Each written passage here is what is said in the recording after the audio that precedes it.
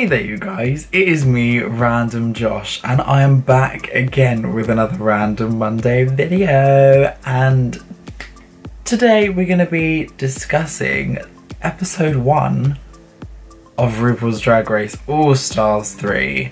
So before we start, I just want to throw out there that if you haven't already seen All Stars 3 so far, there are obviously going to be spoilers within this, so maybe hold back and watch that first and then come back to this video and debate with me. So yeah, I kind of want to get your opinions, as well as obviously I'll be pushing over my opinions on what happened in the first show, and all of the queens involved. So yeah, let's just kind of start out with one of the ones that's really stuck out with me, and that's just the evolution of Aja. Oh my goodness, like, in season 9, her makeup was just, it was just kind of like, as I say, crunchy. It just looked completely like she couldn't blend in. She used, like, the layering was just like thick. It's like, you know, when you see people on YouTube now, they do 100 layers of foundation. Girl, that was Aja. Aja was literally 100 layers of everything. But honestly, she came back into that workroom and I was like, what? Literally, what? She looked absolutely stunning, and of course she was in the top 2 as well, which I thought was so well deserved. Like, she nearly broke her bloody leg doing that jump off thing. Oh my god, like, death drops are hard enough as it is, and doing it off, like, that's just crazy. The bitch is nuts, and I love her for that, and she has just evolved so much, and I'm so happy that she's in All Stars 3, and I hope she goes far. The next thing I kind of think a lot of people are talking about, and that is the fact that BB Zahara Benet is back.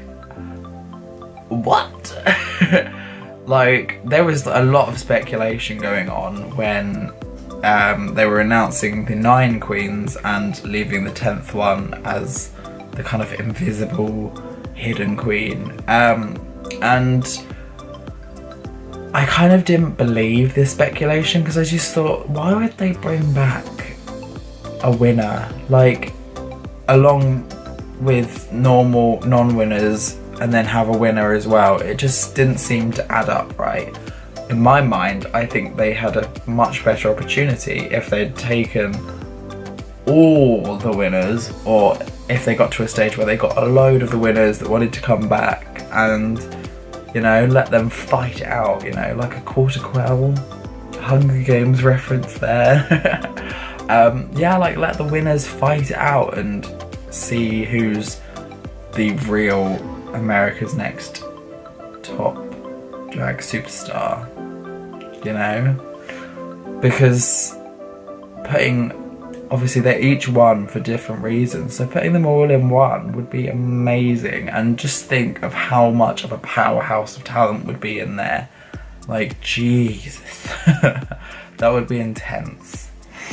But I don't have an actual problem with BB herself. It's more the fact that she's a winner. It kind of just is like, oh, you've already won one. It's like a bit greedy coming back. But that being said, I've never actually watched season 1, which is so bad, but obviously this is good because it's introducing me to BB, because I've never seen her perform, and her performance was actually really good. I was like gagged by it. I was surprised she was like just safe, you know? I was like, oh, bitch. But like, yeah, I really enjoyed her performance, but yeah, it's a little bit hit and miss with the fact that she's actually back, and you know, I can kind of see both sides of the coin, but I'm more like, if she does win, I'll be kind of disappointed, because I don't, not in the rude way, but like, I don't want her to win, because I want someone else to have that chance to win and, you know, get their, you know, redemption and really show that they've got something, you know, because otherwise they've just all lost again and that kind of sucks. So the elimination of this episode is another kind of talking point, really.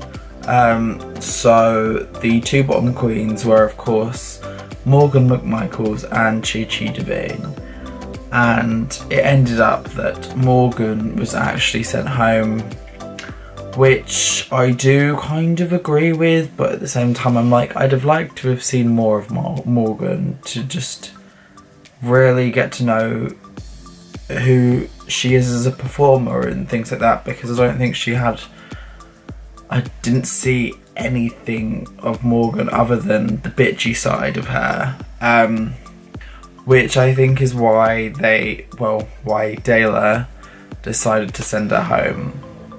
Now I think if Aja had won that lip sync, it would have been Chi Chi going home, which again I can kind of see why, but at the same time I'm like, I would have liked to see more of her as well. So it's obviously a really, really tough decision, but you know, from what we can see, Morgan will be making a return at some point, most likely. Similar to what they did in All Stars 2, they will come back and probably have to fight to stay. So yeah, it was probably a little bit of a shock to the system to a lot of people to see Morgan go straight away. Definitely in terms of the fact that Chi Chi's performance was a lot worse. But I can see why Dayla did choose Morgan, because Morgan was making it very, very apparent and clear that he was going to be eliminating the strongest competitors. So it's, you're trying to just get rid of the like bad of the bunch, you know, just throw that one out and then the rest will be like, yeah, whatever. But I think a lot of the other queens were quite shocked about that. So yeah, it was a little bit controversial, but I do agree and disagree with it to an extent.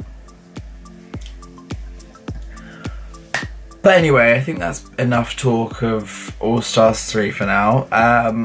If you want to discuss down below in the comments what your opinions are of Morgan's elimination, of BB being back, and of course Aja's transformation, and anything else that you can think of, like, let me know down below, because I love to hear what you guys also think, if you agree with me on any of them, or if there's anything that I missed out of this. And yeah, so anyway you guys, I hope you enjoyed that, and I will see each and every one of you in the next video. Peace out, bitches.